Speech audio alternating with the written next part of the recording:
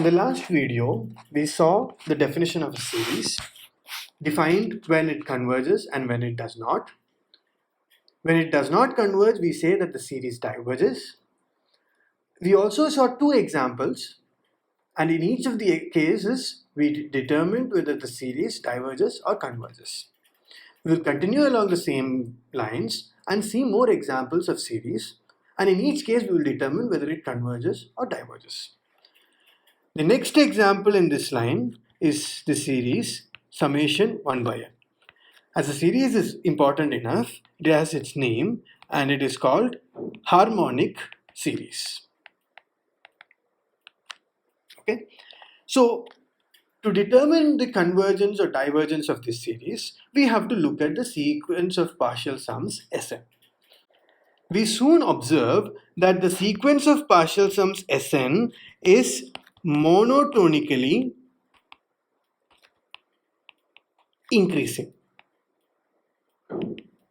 This is easy to notice by observing that at each stage we are adding 1 by n for some n, and that is a positive quantity. And because we are always adding a positive quantity, the sequence of partial sums has to be increasing.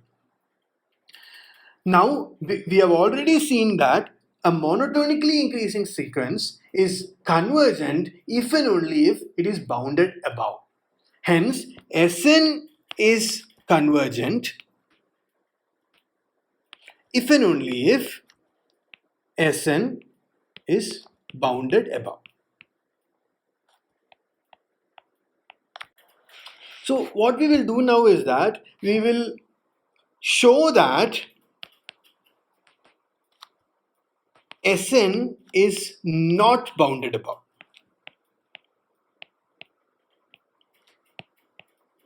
And this will imply that the series is divergent.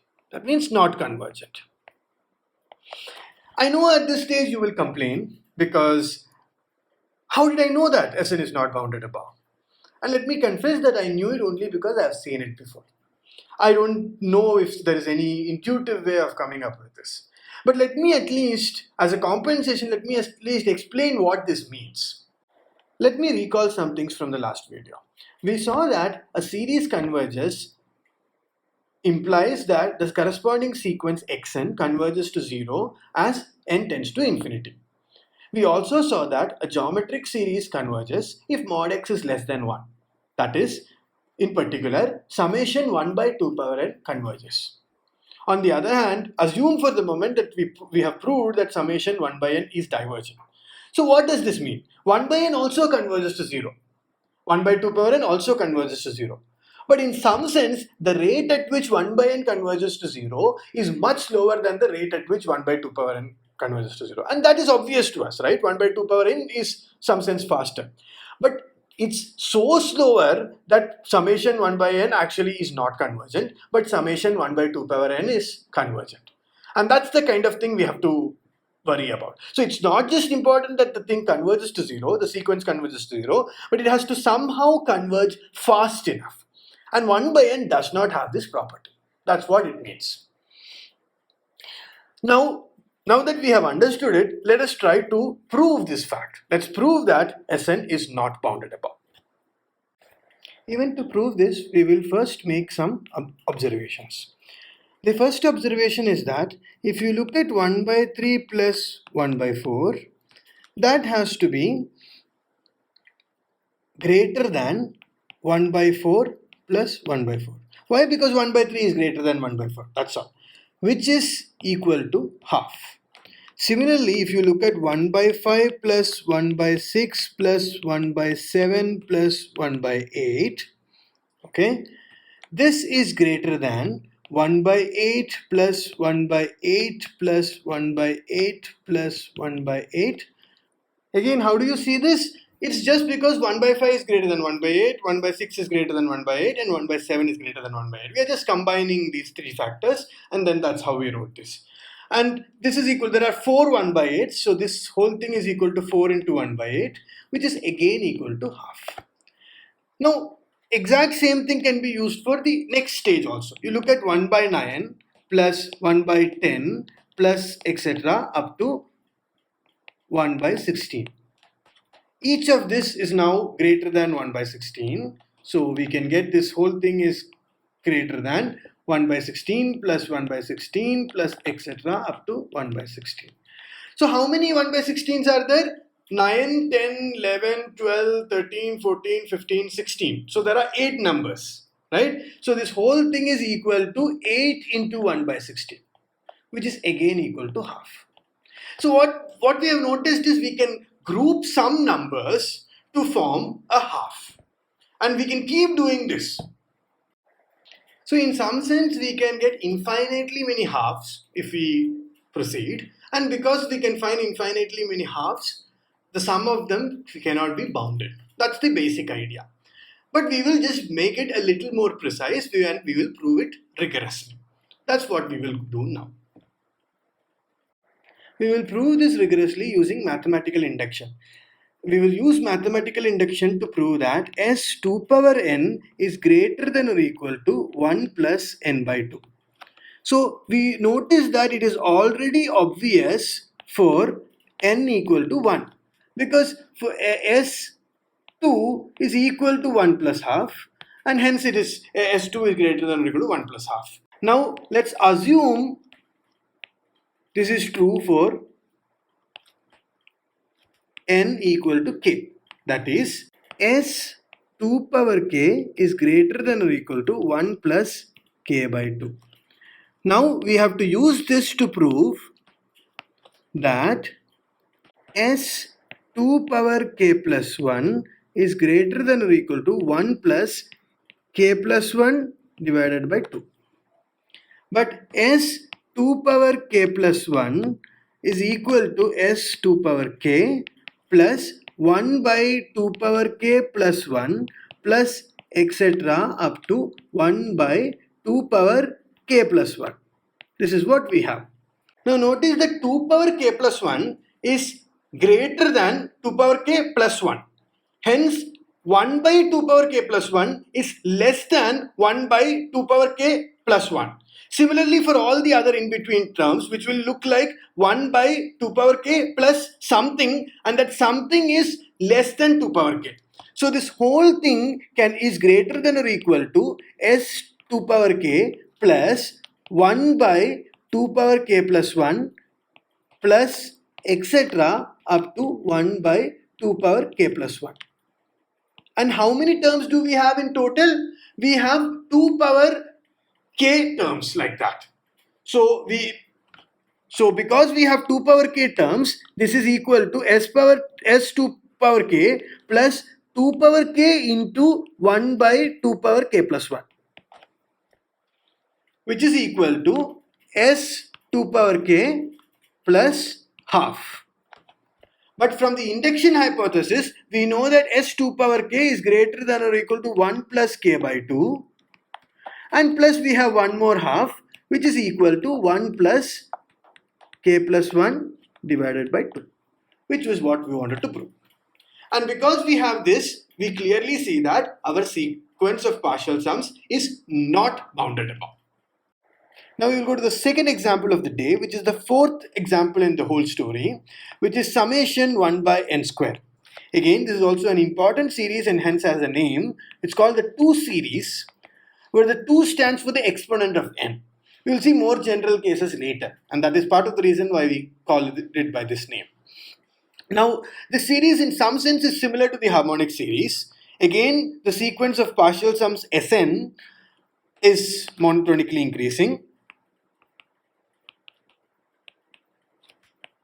increasing. So, Sn is convergent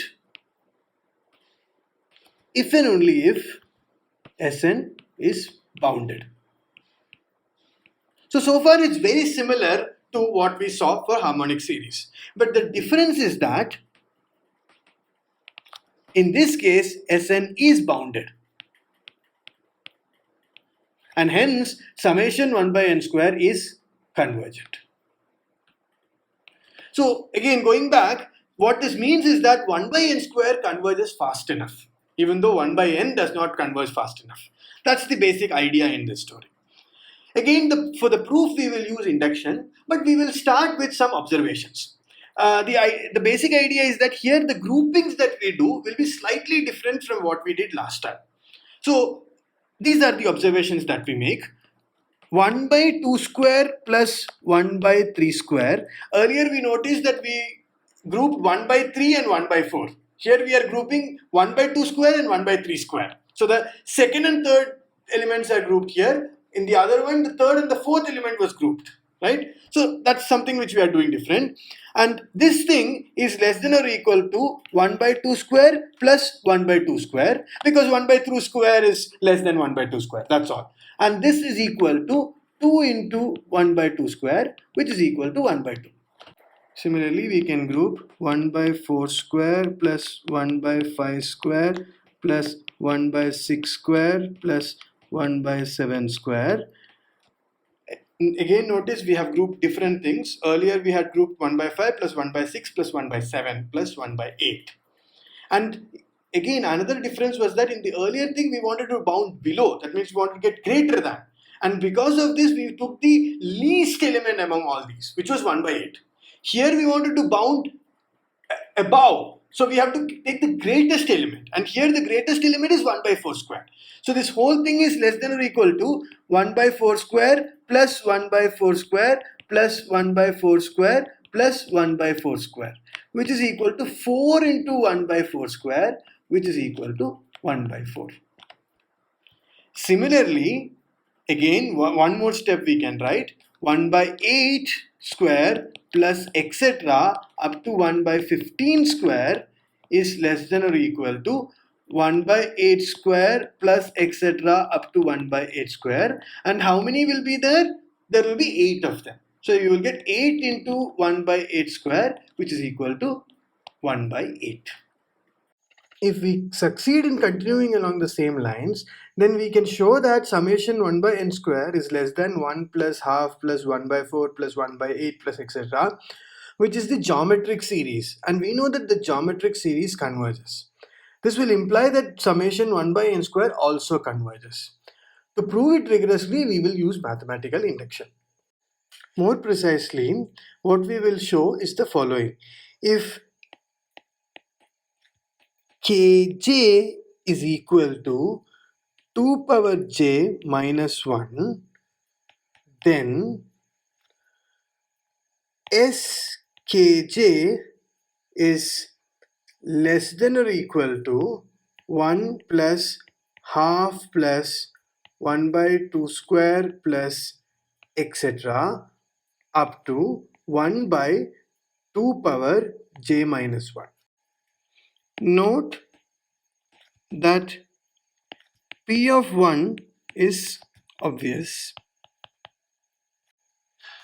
Moreover, assume P of n is true. That is, skn is less than or equal to 1 plus half plus etc. up to 1 by 2 power n minus 1. So now we want to prove it. P of n plus 1. So to prove this, what do we have to do? We have to look at skn plus 1. That's what we have to look at. But skn plus 1 is nothing but skn plus 1 by 2 power n the whole square plus etc. up to 1 by 2 power n plus 1 minus 1 the whole square. That is skn plus 1. In this sum, notice that all the numbers after 1 by 2 power n the whole square are greater than or equal to 1 by 2 power n the whole square. Hence, we can write this sum to be less than or equal to skn plus 1 by 2 power n the whole square plus etc. up to 1 by 2 power n the whole square.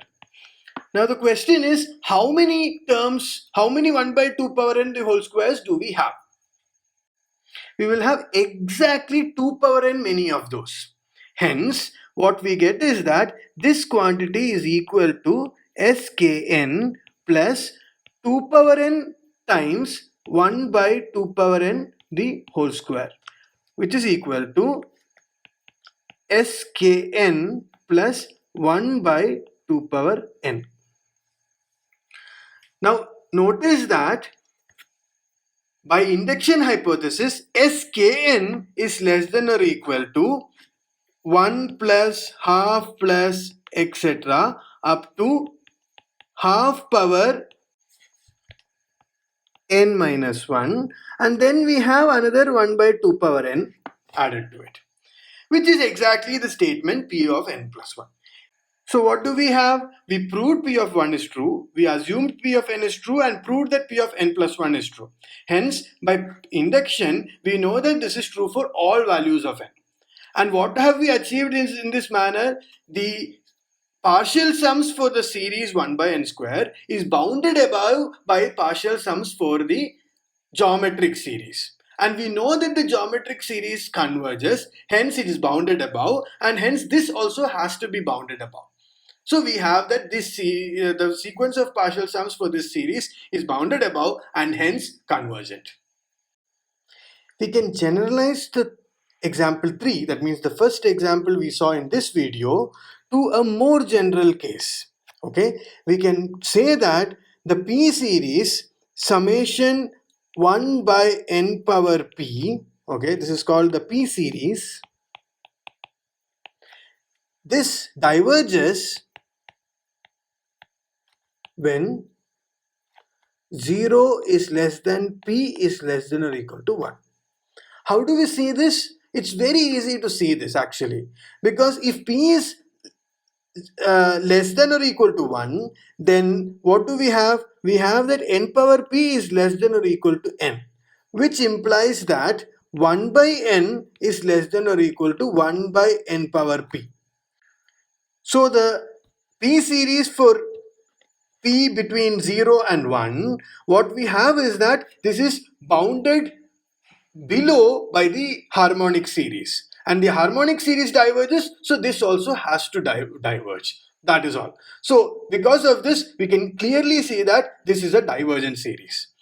Similarly, we can generalize the fourth example, that means the second example of today, which says that 1 by n power p, summation 1 by n power p, again this is called the P series, this converges if p is strictly greater than 1. The proof is very similar to what we saw for p equal to 2, and hence I will not go through this. I will leave this as a homework. You can prove this as a homework. The final example for now is that of the alternating harmonic series, which is the series summation minus 1 power n plus 1 divided by n. More precisely, this is the series 1 minus half plus 1 by 3 minus 1 by 4 plus 1 by 5 minus 1 by 6 plus etc. So what do you think will happen with the alternating harmonic series? Frankly, it is not so easy to guess. The only way to guess would be perhaps that harmonic series diverges. So if alternating harmonic series has to be interesting, it is because it's convergent, which is actually the case. So this series actually converges. It's not so easy to see this, neither is it so easy to prove it even after knowing that it converges. There is a trick involved. But once you have learned this trick, you might be able to use this to prove other theorems, which makes you better at proving theorems. And that is the kind of goal. Okay. So what is the basic idea in the proof of this theorem? The proof is the following. In the sequence of partial sum, we look at the odd terms and the even terms. And we prove that the odd subsequence of the sequence of partial sum converges, and the even subsequence of the sequence of partial sum converges, and they both converge to the same limit. And because this happens, the whole sequence itself has to converge. That is the basic idea. More precisely, what we will show is that S2n is monotonically increasing and bounded. Similarly, S2n plus 1 is monotonically decreasing and bounded. Having proved this, we will obviously have that S2n and S2n plus 1 will both converge. Now observe that S2n plus 1 minus S2n is equal to 1 by 2n plus 1. Okay, so if we take limit on both sides, what we have is limit n tends to infinity S2n plus 1 minus limit n tends to infinity S2n is equal to limit n tends to infinity of 1 by 2n plus 1, which is equal to 0. So this implies that limit n tends to infinity of S2n plus 1 is equal to limit n tends to infinity of S2n. The claim is that this will imply that Sn itself will converge, and it will converge to the limit of S2n, which is equal to the limit of S2n plus 1. Can you see why this is the case? See, notice that we said that a bounded sequence diverges, that means it does not converge if and only if there exist two subsequences that converge to different limits. Here we are saying that that cannot happen. If we want to prove it rigorously, then what we have to do is that we have to use proof by contradiction. So claim Sn converges. Okay, proof by contradiction, that's what we are doing. We are proving by contradiction. That is, so what do? We assume the contrary. Namely, let's say Sn does not converge. Okay, what does this mean? As Sn is bounded, this implies there exist two convergent subsequences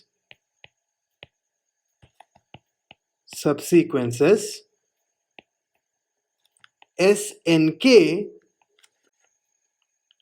and Smk such that they have different limits. More precisely, limit k tends to infinity of Snk is not equal to limit k tends to infinity of Smk. Now what do? We look at Snk, okay, for all nk such that nk is even.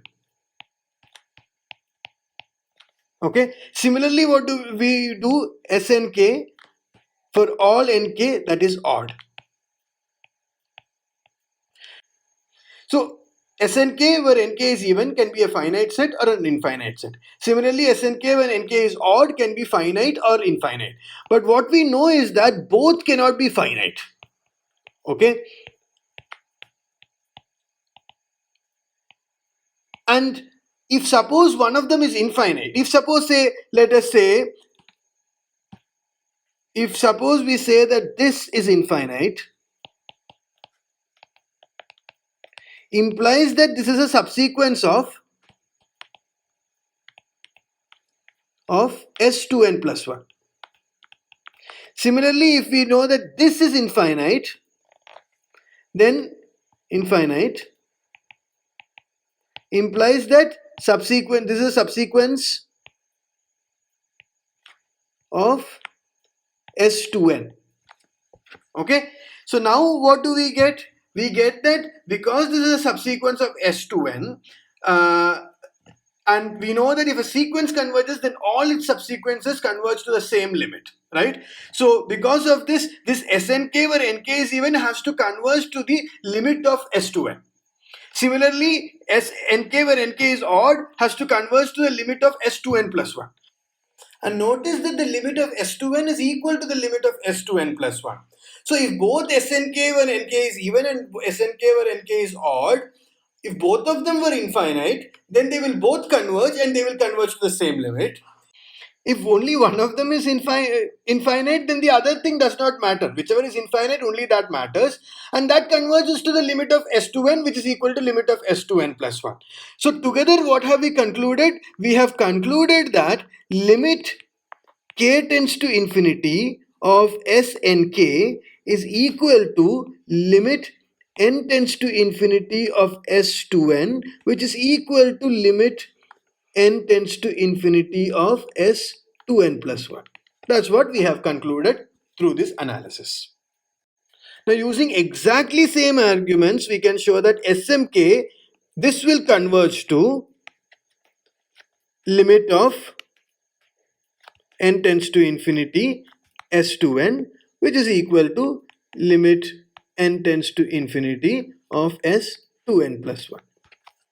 Combining these two observations, we get that limit k tends to infinity of Snk is equal to limit k tends to infinity of Smk.